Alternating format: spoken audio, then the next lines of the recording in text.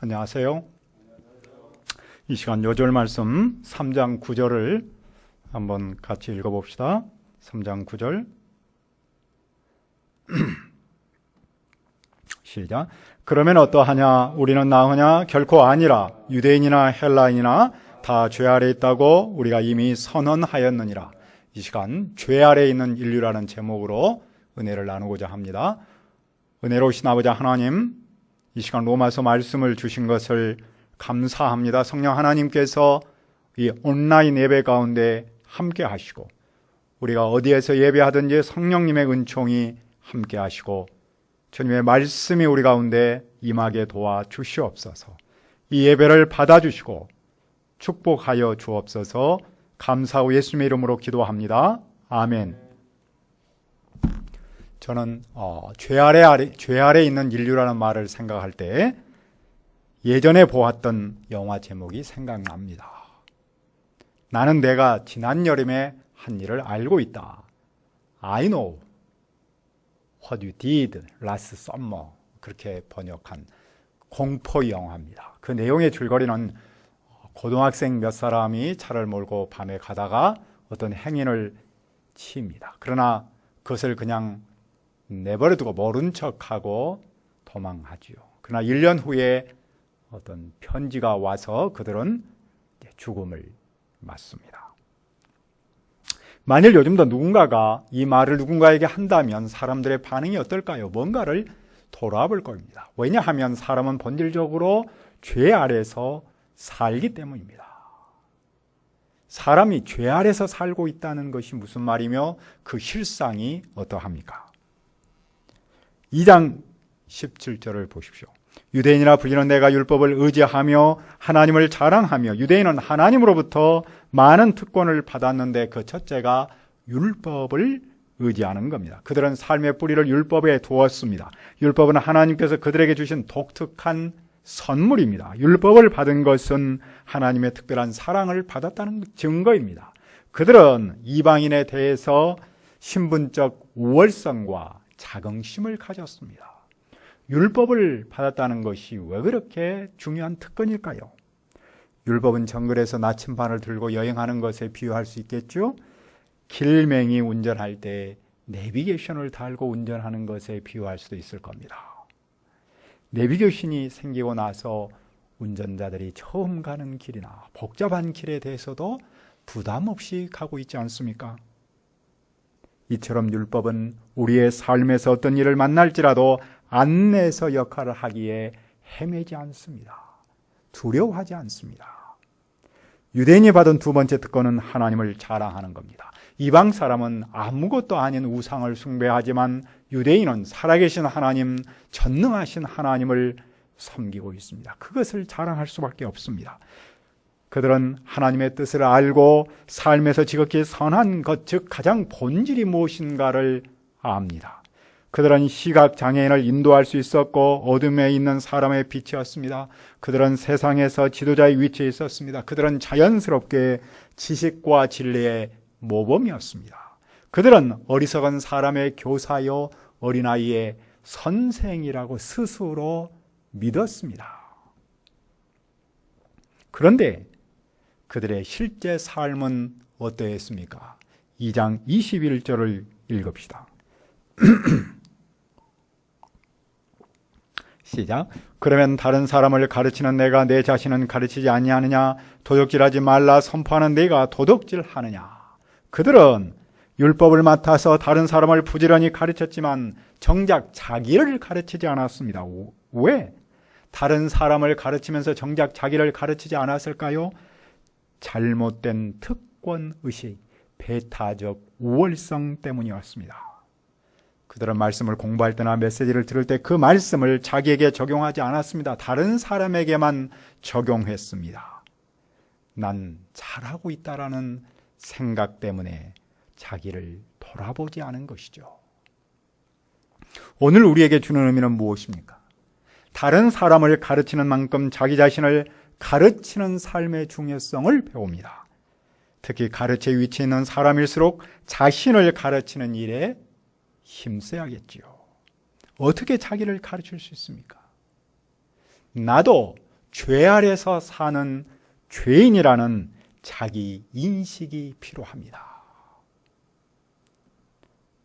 코로나19 앞에서 어떤 사람은 나는 젊기 때문에 걸리지 않는다. 또 어떤 사람은 나는 믿음이 좋기 때문에 걸리지 않는다. 이런 가짜 뉴스를 믿고 자기 방역을 하지 않은 사람이 있습니다. 그러나 우리는 겸손하게 개인 방역에 힘씁니다. 귀찮아도 마스크를 쓰고 틈나는 대로 손을 씻습니다. 이처럼 우리는 때마다 말씀으로 마음을 씻어야 합니다. 말씀 앞에서 너나 잘하세요가 아니라 나부터 잘해야 하는 것이죠. 그것이 바로 나를 가르치는 길이죠. 유대인이 자기를 가르치지 않았을 때 무슨 일을 했습니까? 그들은 도둑질하지 말라고 말해놓고 자기가 도둑질했습니다. 그들은 간음하지 말라고 하면서 간음했습니다. 그들은 우상을 미워하면서 신전의 물건을 훔쳤습니다. 그들은 그 훔친 물건을 다시 이방 사람에게 팔아서 돈을 챙겼고 또 이방 사람으로 하여금 우상을 숭배하도록 만들었습니다. 그들은 율법을 말로는 자랑하면서도 하나님을 말로는 자랑하면서도 삶으로는 율법을 어기고 하나님을 욕되게 했습니다. 왜냐하면 말과 삶이 일치하지 않았기 때문입니다. 구약 성경도 그들의 그랬던 행동을 예언했습니다. 하나님께서 그들에게 율법을 선물로 주신 것은 그것을 특권의식을 갖고 자랑하는 삶의 토대로 삼으라는 것이 아니죠. 율법대로, 말씀대로 살아서 하나님의 거룩한 백성이 되라는 것이겠죠. 하나님 백성의 생명력과 영향력은 어디서 옵니까? 말에 있지 않고 말씀대로 사는 삶에 있는 것이죠. 그러면 율법과 할례의 관계는 어떠합니까? 25절을 봅시다. 네가 율법을 행하면 할례가 유익하나 만일 율법을 범하면 내 할례는 무할례가 되느니라. 할례는 언약 백성의 표지입니다. 그러나 율법을 지키지 않으면 할례 받은 그 의식이 아무런 의미가 없습니다. 할례 받은 사람이 언약 백성으로 살지 않으면 의식 자체는 의미가 없는 것이죠. 어떤 사람이 귀한 보석을 사서 보석 상자에다 넣고 사인을 했어요. 근데 그 보석이 계속 있으면 그 사인은 효력이 있습니다. 그러나 상자에 넣은 그 보석이 없어져 버렸으면 그 사람이 사인을 했던들 무슨 의미가 있겠습니까? 이처럼 율법에 순종하지 않으면 율법의 사인인 할례는 아무런 의미가 없는 것이겠죠. 그러면 할례를 받지 않은 사람이 율법을 지키면 어떻게 됩니까? 그의 무할례, 할례를 받지 않음을 할례로 간주합니다. 할례의 본질적 의미는 그 의식에 있는 것이 아니라 그 상징성에 있는 것이죠. 할례를 받았다는 것은 하나님과 언약 관계를 맺고 그 언약을 지킨다는 뜻입니다. 하나님 앞에서 중요한 것은 할례의 의식이 아니라 순종하는 삶입니다. 그러므로 할례를 받지 않은 이방 사람이 할례를 받은 유대인보다 하나님의 말씀을 더 잘 지키면 유대인은 정죄를 받습니다. 유대인이 말씀대로 살지 않으면서 할례 받은 것만 자랑하면 하나님 앞에서 죄를 짓는 겁니다. 겉모양만 유대 사람이라고 해서 유대인이 아닙니다. 겉모양으로 살같아 할례의 표시를 했다 그래서 그것이 참 유대인이 아니지 않습니까? 참 할례가 아니죠. 속 사람이 유대 사람일 때 그가 진짜 유대인이죠. 율법에 따라서 받는 할례가 아니라 성령님으로 말미암아 마음에 받는 할례야말로 참 할례이기 때문입니다. 오늘 우리에게는 무슨 뜻입니까? 할례의 의미를 세례의 의미에서 찾을 수 있습니다. 세례는 예수님을 그리스도로 믿고 고백하는 사람이 받는 의식입니다. 세례가 세례로서 의미가 있으려면 세례 받은 후에 말씀대로 살아야 하죠. 세례를 받았는데도 말씀대로 살지 않는다면 그 세례가 무슨 의미가 있겠습니까? 아무런 의미가 없습니다. 반면에 세례를 받지 않았을지라도 하나님의 말씀대로 산다면 그 사람은 하나님께서 인정하시겠죠. 하나님은 겉을 보지 않고 그 속을 보기 때문입니다. 삶이 없는 의식은 우상 숭배와 같습니다.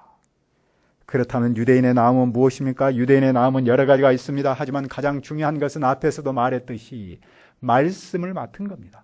말씀을 맡았다는 것은 말씀대로 살라는 것과 더불어서 그 말씀을 다른 사람에게 잘 전달하라는 책임도 있습니다. 그러면 그들 가운데 얼마가 믿지 않는다고 해서 하나님의 미쁘심을 패할까요? 하나님은 악한 자를 심판하시고 자기를 믿은 의인을 사랑하십니다.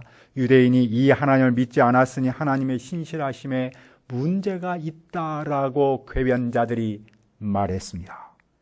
그러나 아닙니다. 그들이 하나님을 믿지 않은 것은 하나님이 신실하지 않아서가 아니라 그들이 신실하지 않아서 그런 겁니다. 하나님은 언제나 참이십니다. 사람의 거짓이 하나님의 참을 모여로 할 수 없습니다. 예를 들면 그 위대한 다윗이 밧세바와 불륜의 관계를 맺었습니다. 그렇다고 해서 그것이 하나님이 잘못한 겁니까? 또 그런 다윗을 하나님께서 심판하셨습니다. 그렇다고 해서 하나님의 심판이 잘못된 겁니까? 다윗이 잘못한 것이지 하나님이 잘못한 것은 아닙니다. 그러나 우리의 불의가 하나님의 의를 드러내면 어떻게 됩니까? 5절을 봅시다. 그러나 우리의 불의가 하나님의 의를 드러나게 하면 무슨 말하리요? 내가 사람의 말하는 대로 말하노니 진노를 내리시나 하나님이 불의하시냐? 예수님의 제자였던 가룟 유다가 예수님을 배반했습니다. 그 배반으로 예수님은 십자가에서 돌아가셨습니다. 예수님께서 십자가에서 돌아가심으로써 하나님의 구속 사역을 이루셨습니다. 그러면 가룟 유다의 배반은 하나님의 구속 역사에 쓰임 받는 것처럼 보입니다. 그리고 그의 배반은 아무런 잘못이 없고 오히려 하나님의 의로우심을 나타냈기 때문에 벌을 받지 않아야 한다는 것이죠. 그것은 하나의 궤변입니다. 그런 유다를 심판하시는 하나님이 잘못입니까? 우리가 하나님 앞에서 죄를 지었는데 그 죄 때문에 하나님의 의로우심을 드러내서 나는 죄인이 아니라고 항변할 수 있는 겁니까? 만일에 그렇다면 하나님께서 어떻게 이 세상을 심판하실 수 있겠습니까? 그런데도 계속해서 어떤 사람들은 궤변을 만들어서 반박합니다. 내 불의가 하나님의 성실하심과 참되심을 드러냈기 때문에 그것을 선을 행하는 것이나 마찬가지여서 하나님께 심판받지 않는다. 물론 인간의 범죄로 하나님의 의로우심이 드러납니다. 그러나 그렇다고 해서 내가 의로운 사람은 아니죠. 하나님의 은혜를 풍성하게 하려고 죄를 지어도 괜찮다는 논리는 궤변에 불과합니다. 이렇게 주장하는 사람을 도덕 폐기론자라고 부릅니다. 이런 사람은 하나님의 심판을 받습니다. 왜냐하면 복음을 의도적으로 왜곡하기 때문입니다. 그러면 무엇을 선언해야 합니까? 3장 9절을 읽읍시다. 시작. 그러면 어떠하냐? 다 죄 아래 있다고 우리가 이미 선언하였느니라. 유대 사람이 헬라 사람보다 낫습니까? 결코 아닙니다. 유대인이나 헬라인이나 다 죄 아래 있습니다. 성경은 이미 선언했습니다. 그런데 사실 이 말은 유대인에게는 폭탄 선언과도 같습니다. 왜냐하면 그들은 이방 사람과 삶이 다르다고 여겼기 때문입니다. 복음서에서 예수님은 바리새인과 세리가 같은 죄인이라고 말씀하셨습니다. 그때 바리새인들은 몹시 힘들었습니다. 왜냐하면 외적으로 볼 때 바리새인보다 자기들의 삶이 훨씬 나았기 때문입니다. 그러나 예수님의 렌즈로 볼 때 바리새인이나 세리나 똑같은 죄인이었습니다.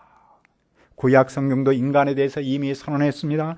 의인은 없나니 하나도 없으며, 따라서 바울 사도가 새삼스럽게 인류에 대해서 죄인이라고 선언하는 것은 아닙니다. 역사 이래로 세상에는 한 사람의 의인도 없었습니다. 이 사실을 통해서 무엇을 배울 수 있습니까? 보통 세상은 인류에 대해서 장밋빛 미래를 말합니다. 외형만 보면 그럴 수 있습니다. 겉모습만 보면 그럴 수 있습니다. 하지만 최근에는 그 겉모습만 봐도 인류의 미래를 장밋빛이라고 말할 수 없지 않겠습니까? 우리가 지금 현재 겪고 있는 기상이변은 물론이고 또한 이런저런 전염병들을 볼 때 인류의 미래가 얼마나 암담합니까? 이런 문제의 근본 원인은 사람의 죄에 있습니다. 그것은 인류가 직면하고 있는 절망적인 상황입니다. 일부 사회학자나 심리학자는 이런 문제를 다르게 해석하기도 합니다. 즉 사람의 문제를 처한 환경에서 찾습니다. 환경이 사람을 병들게 하는 요인이라는 것이죠. 그런 점이 없지 않습니다. 하지만 사람의 병든 본질 문제는 환경보다도 죄입니다. 세상이 복잡해지고 거칠어져서 사람이 복잡하고 거칠어지는 점이 없지 않지만 본질은 그렇지 않습니다. 사람이 왜 거칠어집니까? 그것은 사람의 본질에서 죄인이기 때문입니다. 사람이 죄 아래서 살기 때문에 사람이 거칠어지고 부패하고 강팍해지는 겁니다. 시편 51편 5절은 이렇게 말씀합니다. 내가 죄악 중에서 출생하였으며 어머니가 죄 중에서 나를 잉태하였나이다. 사람은 처음부터 죄인이어서 세상이 죄로 가득합니다. 그래서 사람은 죄 아래서 사는 겁니다. 갈뱅은 이것을 사람의 전적 부패, total depravity라는 표현을 썼습니다. 완전히 타락했다. 또는 전적인 무능력, 완전히 inability, 아무것도 할 수 없다. 파스칼도 말했죠. 나는 이 세상에 의인이나 위인이나 성자가 존재하지 않는다고 믿는다. 오직 한 가지 종류의 사람만 있다. 즉 죄인이다. 그런데 더 안타까운 현실은 인류가 점점 죄의 강도가 강해진다는 것이죠. 그 어떤 것으로도 죄를 조절할 수가 없습니다. 그래서 세상은 점점 갈등과 싸움이 강해지고 있습니다. 코로나19 앞에서 한국교회는 두 그룹으로 나뉘었습니다. 교회는 대사회적 책임을 느끼고 세상을 향해서 사과해야 한다. 이런 그룹이 있습니다. 그래도 반대로 아니다. 정부가 교회를 지나치게 압박하고 있으니 교회가 대항해야 한다. 같은 교회인데도 이 두 개의 갈등이 있습니다. 여기에 의료진과 정부가 강대강으로 대립하고 있습니다. 이른바 촛불혁명으로 세운 새로운 정부가 들어서면 이런 갈등은 없을 것으로 기대했는데 누구 말처럼 지금까지 살아보지 못한 세상을 살고 있습니다. 그러나 인류 역사를 돌이켜보면 이것이 오늘 우리가 직면하고 있는 현실인데 이것이 어느 날 갑자기 우리 사회만, 우리나라에만 생긴 문제는 아닙니다. 이런 현실은 인류 역사와 더불어서 처음부터 있었습니다. 왜냐하면 인류는 처음부터 죄 아래서 살았기 때문입니다. 그 실상이 어떠합니까? 11절, 12절을 읽어봅시다.